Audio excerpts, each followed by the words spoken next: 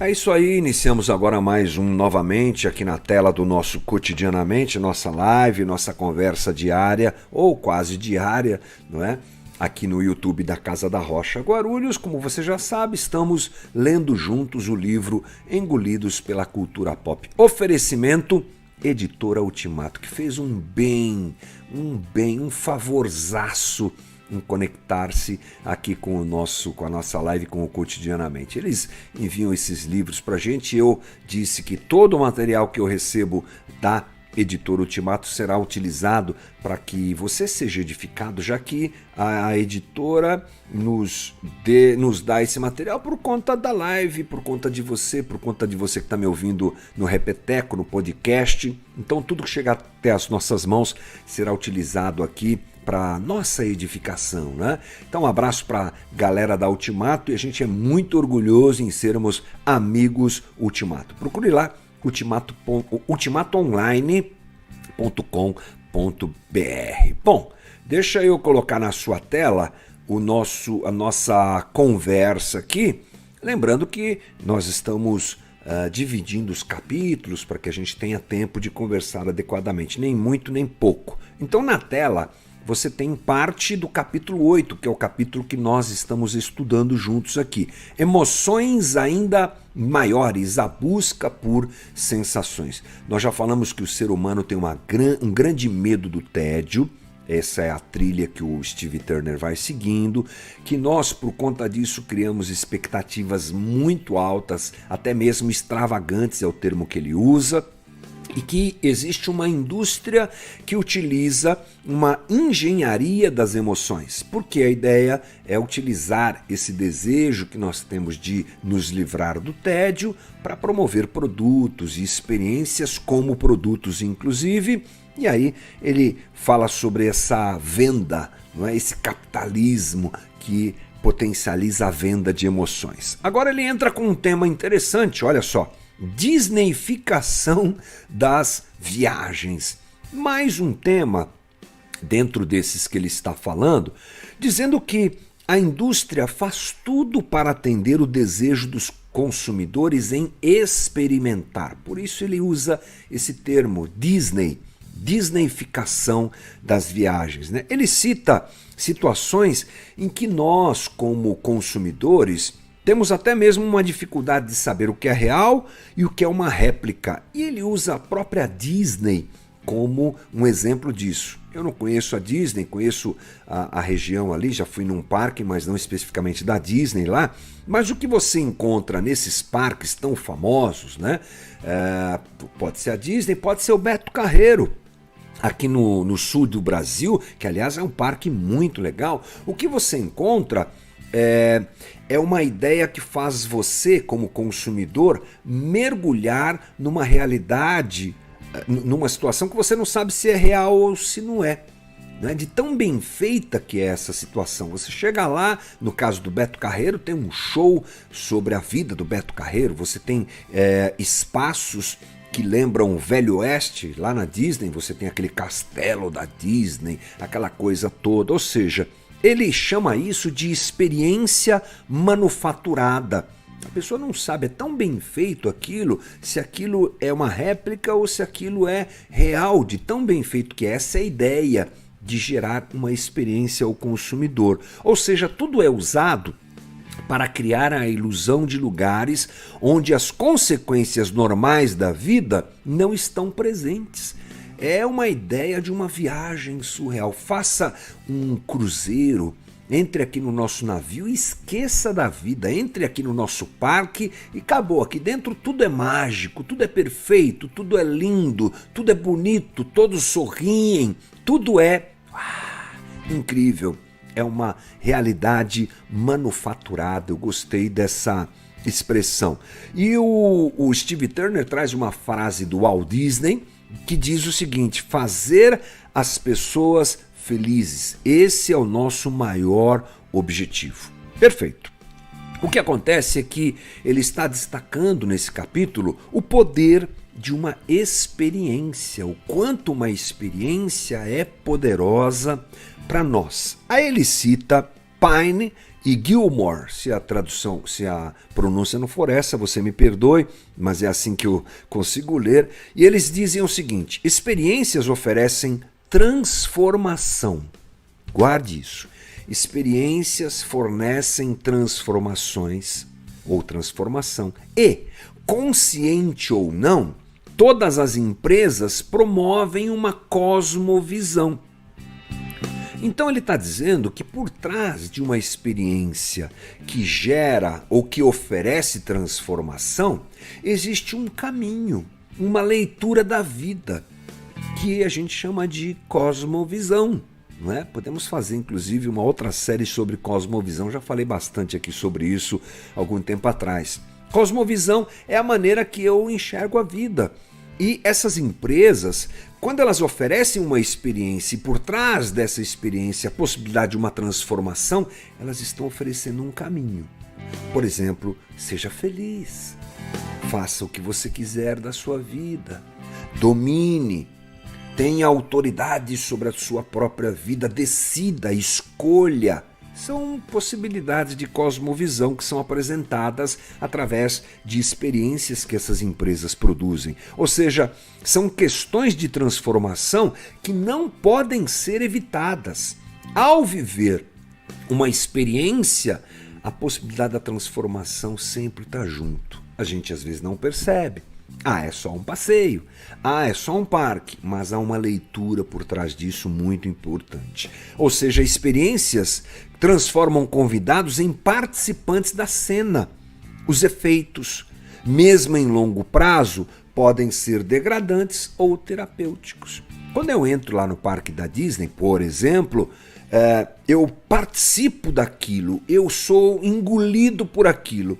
E existem efeitos, ele diz, que a longo prazo podem ser bons ou não tão bons assim. Porque o alvo é tornar o participante uma nova pessoa, com todas as implicações éticas, filosóficas e religiosas que essa mesma frase possui.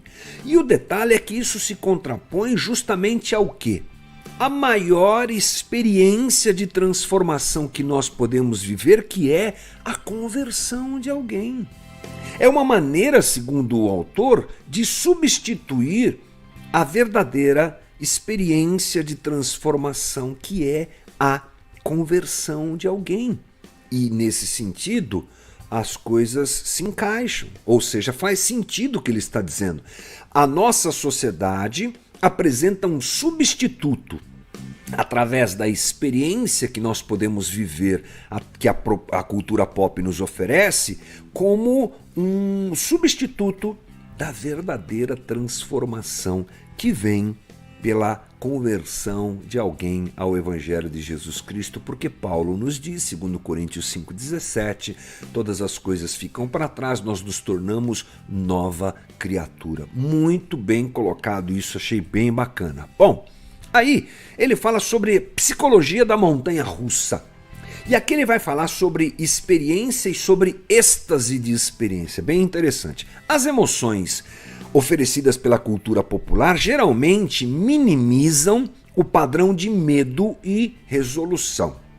Ele vai entrar agora na ideia de que algumas experiências que nós podemos viver através da cultura pop, puxa, não coloquei na tela, né, gente? Eu tô falando e a tela não tá certa. Tudo bem, né? Mas acho que dá pra gente continuar aqui. Vamos lá. Ele tá dizendo que existe um jeito de diminuir essa coisa do medo e da solução para o medo. O que é isso? É um truque que causa uma onda de emoções e altera o nosso nível de adrenalina.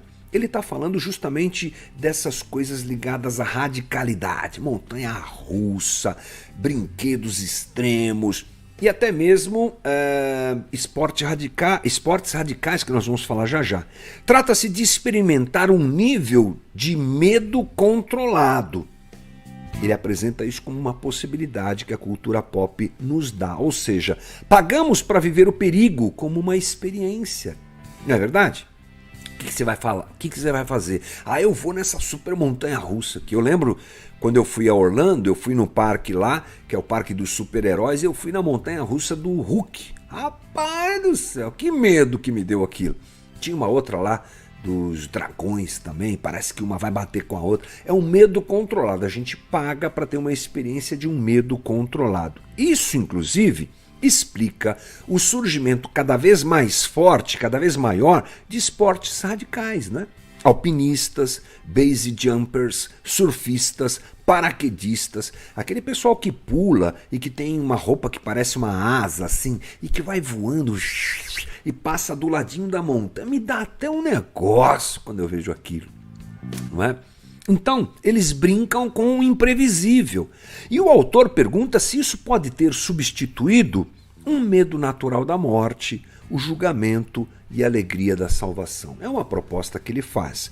O autor cita entrevistas com praticantes de esportes super radicais que dizem que a recompensa em controlar o medo é grande e que se sentem completamente humanos, porque eles precisam se arriscar.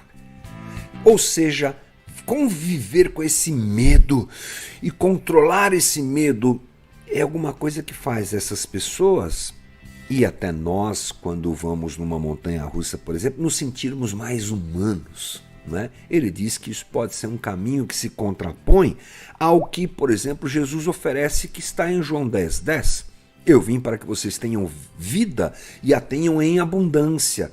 É uma tentativa de encontrar essa abundância de vida através da cultura, através da prática de esportes radicais, de alguma coisa que me faz controlar o medo. Ele também lembra João 14:27, deixo com vocês a paz. Essa paz que vocês procuram, eu deixo para vocês. Não como o mundo dá, mas que o coração de vocês não fique angustiado nem com medo. Essa é a proposta de Jesus, que as pessoas não entendem, por isso procuram isso em outras fontes. O efeito dessas experiências é sempre passageiro. Ele ressalta isso. O perigo é usar tais experiências para abafar a voz da consciência e bloquear os pensamentos de natureza espiritual. Sempre quero mais, sempre quero mais. Agora, uma montanha-russa não serve, tem que ir na outra. Agora tem que ir nas duas. Agora eu tenho que... E aí vai, não é? Muito bem, ele leva a gente a pensar sobre a paz de Deus. Ou seja, ele quer dizer que essa paz que as pessoas procuram, ela está em Deus. Ou seja, Deus pode falar por meio do terremoto e do vendaval. A gente sabe disso, né? Foi a conversa que Deus teve com Elias, quando Elias estava meio deprimido, né? A voz de Jesus, ele diz, ao contrário do que as pessoas pensam ou até desejam, ela acalma tempestades. Então ele cita, por exemplo, Salmo 23. Ele me fez repousar em pastos verdejantes, ele me leva para junto de águas de descanso. Ele cita também Mateus 13:22. O que foi semeado entre os espinhos é o que ouve a palavra, porém as preocupações deste mundo e a fascinação das riquezas sufocam a palavra e ela fica infrutífera. O autor está fazendo um contraponto, explicando que esse movimento nosso de procurar a adrenalina pode nos afastar da verdadeira paz que também queremos encontrar em tudo isso, mas que só Deus pode nos proporcionar. E ele cita Mateus 6,6, a orar, entre no seu quarto, fechada a porta, ore ao seu pai que está em secreto, e o seu pai que está em secreto lhe dará a recompensa. Ele está dizendo que o barulho da cultura pode tirar de nós o tempo necessário para pensarmos sobre questões mais sérias. E ele nos alerta que as igrejas estão suscetíveis a ir pelo mesmo caminho. Ou seja, essa emoção gigante que a gente encontra na cultura que nos cerca, pode também estar dentro das igrejas. É possível animar pessoas usando tecnologia e não motivar o discipulado em verdadeiras oportunidades de adoração. O autor, estimula que a igreja seja um ambiente mais relaxante, de descanso, e que esse entusiasmo que some e que aparece não pode substituir aquilo que Jesus quer fazer conosco, quer nos dar situações mais, nos fazer viver situações mais profundas e duradouras. E esse é um perigo que nós corremos. Temos que lembrar qual é o propósito de Jesus e não permitir que a comunidade seja um lugar só de experiências, não é? Elas podem acontecer, essa minha contribuição ao que diz o autor, elas podem acontecer. Eu vivi experiências muito interessantes na minha caminhada, falei agora há pouco dos acampamentos, isso é muito legal, mas isso não pode ser o fim.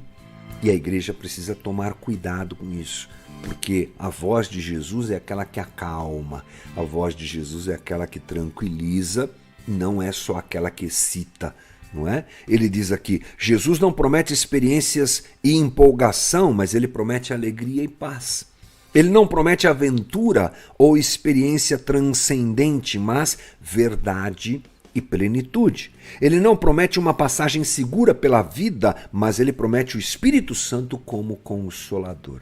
E o Steve Turner finaliza dizendo o seguinte, concluímos que não devemos deixar de viver a vida e suas emoções, mas que não deveríamos fazer delas o nosso alvo, a fim de que isso não abafe o som da voz suave e tranquila de Deus. E nesse quesito, eu concordo plenamente com o nosso amigo. Opa, deixa eu voltar aqui uma tela mais bonita para você, pronto.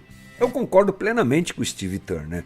As emoções estão aí, elas fazem parte de sermos humanos, mas buscar Deus nisso é um erro. E trazer isso para o Evangelho, especificamente, deliberadamente, também é um erro. É esse o cuidado que nós devemos tomar. Então, ao olhar a cultura que está ao nosso redor, sejamos gente que aproveita o que pode ser aproveitado, uma viagem, um parque, isso tudo certo. Até mesmo um esporte que gere um pouco mais de adrenalina. Eu, com a minha corrida, me sinto adrenalizado quando estou ali praticando meu esporte, mas não é a solução da minha vida. Como a sociedade que nos cerca apresenta essa possibilidade. Então, sejamos gente tranquila, que sabe o que está fazendo e que Deus nos abençoe para a gente usar tudo isso de uma forma sábia e tranquila. Esse foi o nosso Novamente. Valeu!